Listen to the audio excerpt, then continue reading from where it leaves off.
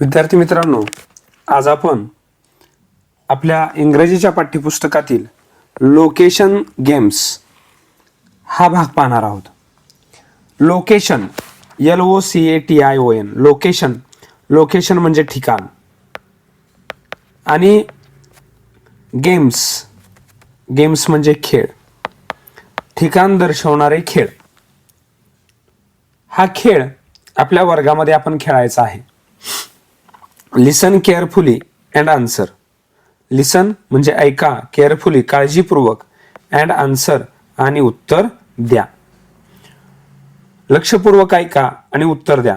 चला तर आपण हे चित्र पाहूया आणि चित्रावरून काही महत्वाचे शब्द समजावून घेऊया. बघा, I am behind you near the blackboard. I am म्हणजे मी आहे, behind you near the blackboard. कोण म्हणतंय असं?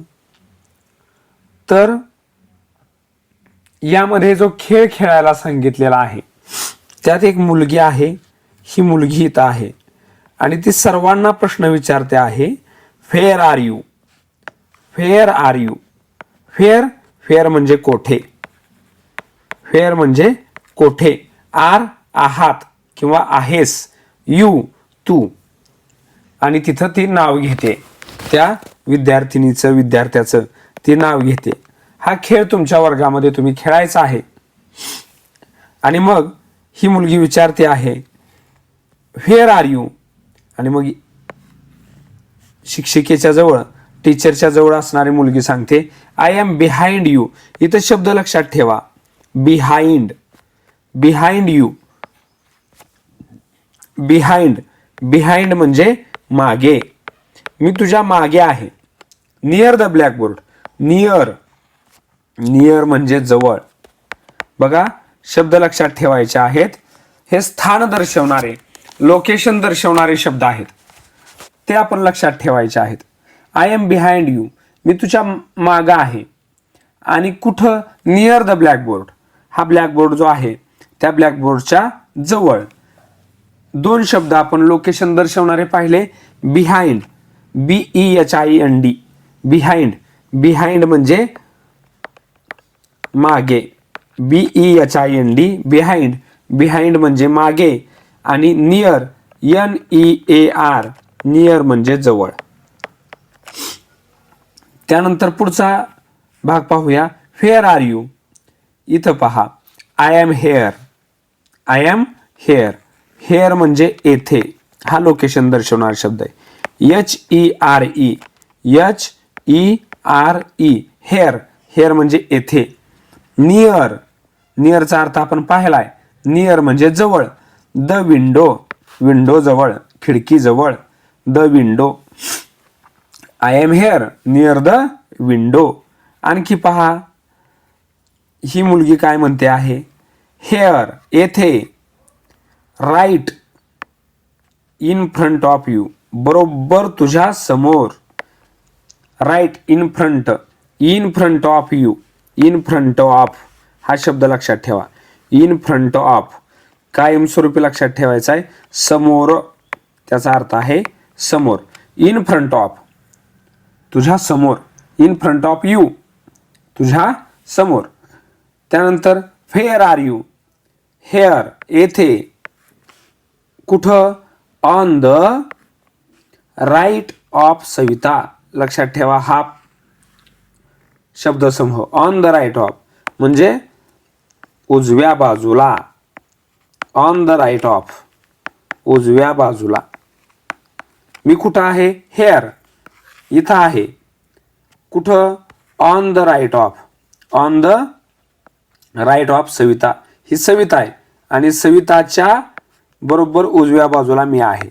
On the right of Savita. इथं हा मुलगा सांगतो आहे, I am at the back. मी कुठं आहे? मागे आहे. I am at the back, at the back लक्षात ठेवा, मागे. ॲट द बॅक मागे आहे. आपल्याला ज्यावेळेस शब्द हे वापरायचे असतील, बोलायचं असेल असं त्यावेळी हे शब्द आपण आपल्या संभाषणात वापरले पाहिजेत. आपल्या कॉन्व्हर्सेशन मध्ये हे शब्द पाहिजेत. I am at the back, मी मागे आहे. कुठं? ऑन द लास्ट बेंच, शेवटच्या बेंचवरती. इथं हा मुलगा काय म्हणतोय बघा, hi I am on the left of Kedar. Hi I am, मी आहे, on the left of Kedar, केदारच्या डाव्या बाजूला आहे मी. केदारच्या डाव्या, on the left of. On the right, on the left, दोन शब्द आपण पाहिले. ऑन द राईट म्हटलं तर उजव्या बाजूला, ऑन द लेफ्ट म्हटलं तर डाव्या बाजूला. इथं पहा, here second line, second bench. मी इथं आहे. कुठं आहे? हेअर, इथं. इथं कुठं? सेकंड लाईन, दुसऱ्या लाईन मध्ये आहे, दुसऱ्या ओळीत आहे. सेकंड बेंच, दुसऱ्या ओळीत, दुसऱ्या बेंचवर मी आहे. अशा पद्धतीनं हा गेम आपण आपल्या वर्गामध्ये घेऊ शकतो. Behind, near, here, right in front of, on the right, on the left, back on the last bench, second line, second bench, यासारखे लोकेशन दर्शवणारे शब्द आपण इथं पाहिलेले आहेत. हाच game, play this game outside the classroom, आपल्या क्लासरूमच्या बाहेर सुद्धा हा गेम आपण घेऊ शकतो. Play this game calling out to a group of children rather than one child. आणि काय करा तर हाच गेम ग्रुपमध्ये घ्या. Play this game asking for things instead of calling out to people. म्हणजे वस्तूंची नावं घेऊन आपण जशी मुलांची नावं आता पाहिली, लोकांची नावं पाहिली, व्यक्तींची नावं पाहिली, त्याऐवजी आता काय करा, वस्तूंची नावं घ्या. उदाहरणार्थ एक्झाम्पल दिले, where is Namita's pen, नमिताचा pen कुठं आहे. अशा प्रकारचे प्रश्न आपण विचारू शकतो आणि त्याचं उत्तर असं येऊ शकतं, इट्स ऑन हर डेस्क, हा तिच्या डेस्कवर आहे. एक सुंदर गुड थॉट आपल्याला दिलेला आहे, तोही वाचूया आपण. Do not be afraid to speak. Afraid म्हणजे AFRAID, अफ्रेड म्हणजे घाबरणे. SPEAK, स्पीक म्हणजे बोलणे. डू नॉट, नका.